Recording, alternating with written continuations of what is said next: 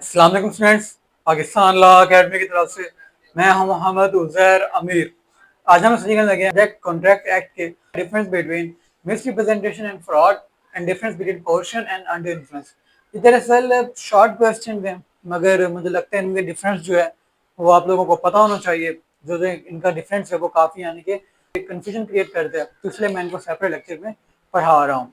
वैसे आप लोगों के नोट्स वगैरह भी मिल जाएंगे, तो आप लोगों को चाहिए कि इनका डिफरेंस याद कर लें। ठीक है, कल को अगर क्वेश्चन आ भी जाए, भले लॉन्ग क्वेश्चन आ जाए या भले शॉर्ट क्वेश्चन आ जाए, तो आपको इतना पता हो कि इनमें क्या डिफरेंस है। तो सबसे पहले हमारे पास फ्रॉड एंड मिस रिप्रेजेंटेशन। अभी मैं आपको याद दिला दूं, फ्रॉड क्या था, मिस रिप्रेजेंटेशन क्या था। फ्रॉड ये था कि जब कॉन्ट्रैक्ट में दो पार्टीज होती हैं, तो उसमें एक पार्टी जानबूझकर कुछ बातें छुपाती है ताकि जो दूसरी पार्टी उसको धोखा दे सके और एक सस्ती चीज महंगे रेट के ऊपर बेच सके। ठीक है, तो यानी कि वो एट द एंड क्या कर रहे होते हैं, जानबूझकर क्या कर रहे होते हैं, छुपा रहे होते हैं। इसको क्या कहते हैं, फ्रॉड। अब उसके ऑपोजिट क्या है हमारे पास, मिस रिप्रेजेंटेशन।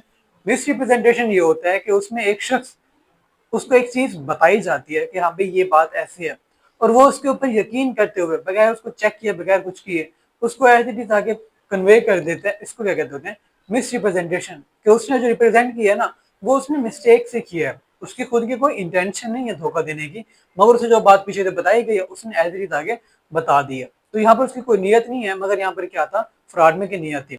इन्हें डिफरेंसेस जो भी है इनका, सबसे पहले इनका इंट्रोडक्शन आ जाएगा। इंट्रोडक्शन में बता देंगे दोनों के बारे में, फिर आप बता देंगे क्या होता है। उसके बाद मीनिंग में दोनों को मैंने मीनिंग आपको बता दिया है, तो आपने वही अपने अल्फाज में या डेफिनेशन में लिख लेना है। उसके बाद हम आ जाएंगे पहला डिफरेंस, जो कि इंटेंशन। यहाँ पर क्या होती है, इंटेंशन।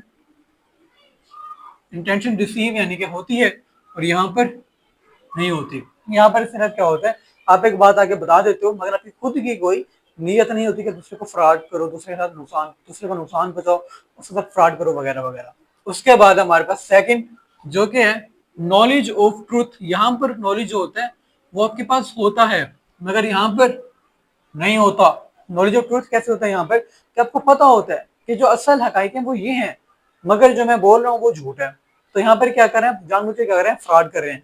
तो यहाँ पर आपको सच पता होता है फ्रॉड में, मगर मिस रिप्रेजेंटेशन में आपको पीछे से जो बात बताई गई होती है, आप उसी के ऊपर यकीन करते हैं कि हाँ ये सच होगी। मैंने मिसाल भी दी थी लास्ट टाइम कॉन्ट्रैक्ट में, कि गाड़ी बेच रहे हैं, तो गाड़ी का मालिक कहता है शोरूम वालों को कि जो गाड़ी है इसकी जो फ्यूल एवरेज है वो 18 से 20 किलोमीटर है, मगर सच में वो 10 से 12 किलोमीटर होती है। तो वो जो भी बात किसी से सुनता है वो आगे बता देते हैं। तो यहाँ पर उसके खुद का कोई नॉलेज नहीं था, उसे जो बात बताई गई थी उसने उसी को क्या किया, यकीन करते हुए आगे बात बता दी। उसके बाद थर्ड जो डिफरेंस है वो है हमारे पास कॉन्सिक्वेंसेज ऑफ कॉन्ट्रैक्ट। दोनों में ये होता है कि जो कॉन्ट्रैक्ट होता है वो वॉइडेबल बन जाता है।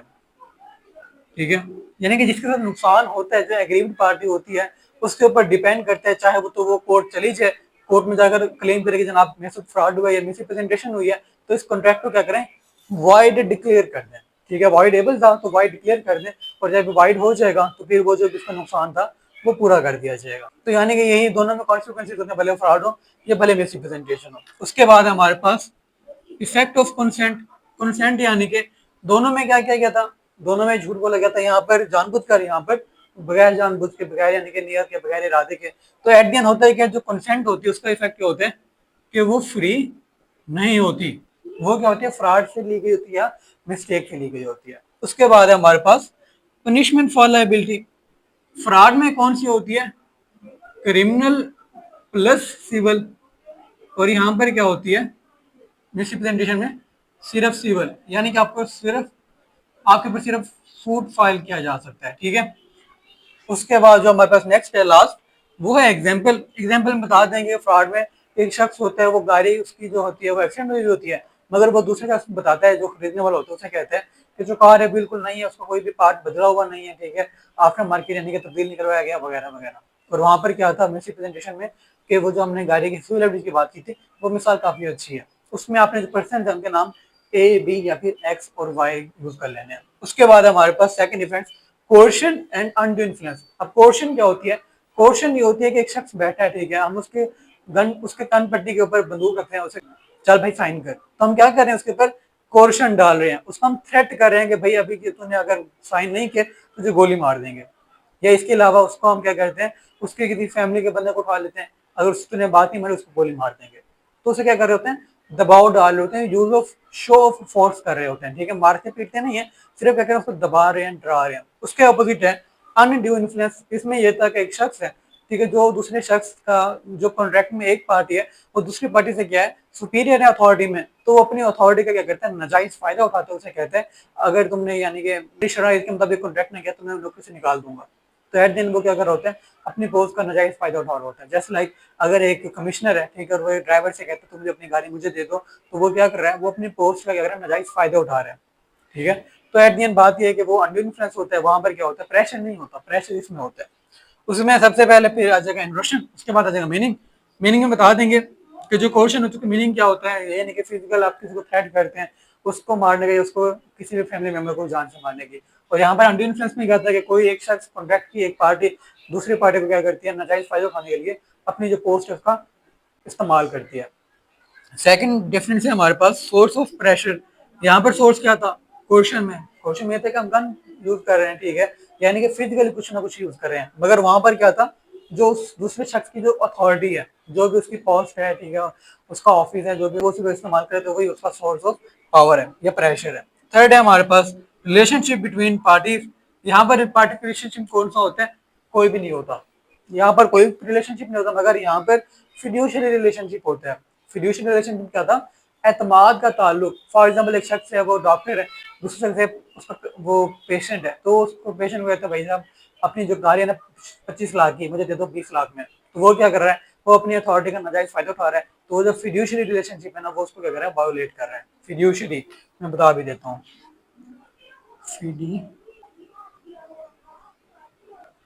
ये आ गया जना फिड्यूशरी। उसके बाद हमारे पास नेक्स्ट वो है नेचर ऑफ थ्रेट। थ्रेट किसको कहते होते हैं, डराना धमकाना, यानी कि अब यहाँ पे क्वेश्चन में क्या था फिजिकल थ्रेट था, ठीक है, फिजिकल थ्रेट हो रहा है ना यहाँ पर, जाहिर सी बात है गन पॉइंट है या कोई भी मारने वगैरह की धमकी दी जा रही है। और यहाँ पर अंडर इन्फ्लुएंस में कौन सा थ्रेट था, मेंटल, जहनी तौर पर दबाव दिया जा रहा है, अगर नहीं किया तो तुम्हें निकाल दिया जाएगा, ठीक है। उसमें कोई फिजिकल कुछ भी नहीं है, इकोनॉमिकल भी नहीं है, सिर्फ क्या है मेंटल है और साइकोलॉजिकल है, ठीक है। उसके बाद हमारे पास एग्जाम्पल, एग्जाम्पल हम लिख देंगे कि यहाँ पर कौन सी एग्जाम्पल आ जाएगी कि एक शख्स है जो बदमाश है, ठीक है, वो क्या कर रहा है वो गन पॉइंट यूज कर रहा है। और यहाँ पर क्या एक शख्स है जो क्या कर रहा है कि वो डॉक्टर है या फिर वो कमिश्नर है, वो अपने ड्राइवर को या अपने पेशेंट को क्या कर रहा है अंडर इन्फ्लुएंस में डालकर उससे कॉन्टेक्ट करना चाह रहे हैं। लास्ट में कंक्लूजन लिखेंगे, कंक्लूजन बता देंगे कि जो दोनों जो चारों के चारों जो है फैक्टर्स हैं ये क्या करते हैं फ्री कंसेंट को क्या करते हैं कुछ ना कुछ इफेक्ट करते हैं। तो इन चारों का आपस में डिफरेंस जो है वो काफी ज्यादा डिफरेंस है, ठीक है। और इन चारों में जो मेन डिफरेंस है वो बता देंगे। इसमें जो है क्या होता है कि सोर्स ऑफ प्रेशर यानी कि गन पॉइंट वगैरह होती है, यहाँ पर कुछ नहीं होता। इसमें बता देंगे कि जो यहाँ पर इंटेंशन होती है यहाँ पर इंटेंशन नहीं होती, यहाँ पर नॉलेज ऑफ ट्रूथ होता है यहाँ पर नहीं होता। तो इस तरह करके आप अपना कंक्लूजन लिख देंगे। हमारा आज का टॉपिक यहाँ पर कंप्लीट होता है। आपको कोई भी क्वेश्चन हो आप पूछ सकते हैं। Thank you so much. अल्लाह हाफिज़।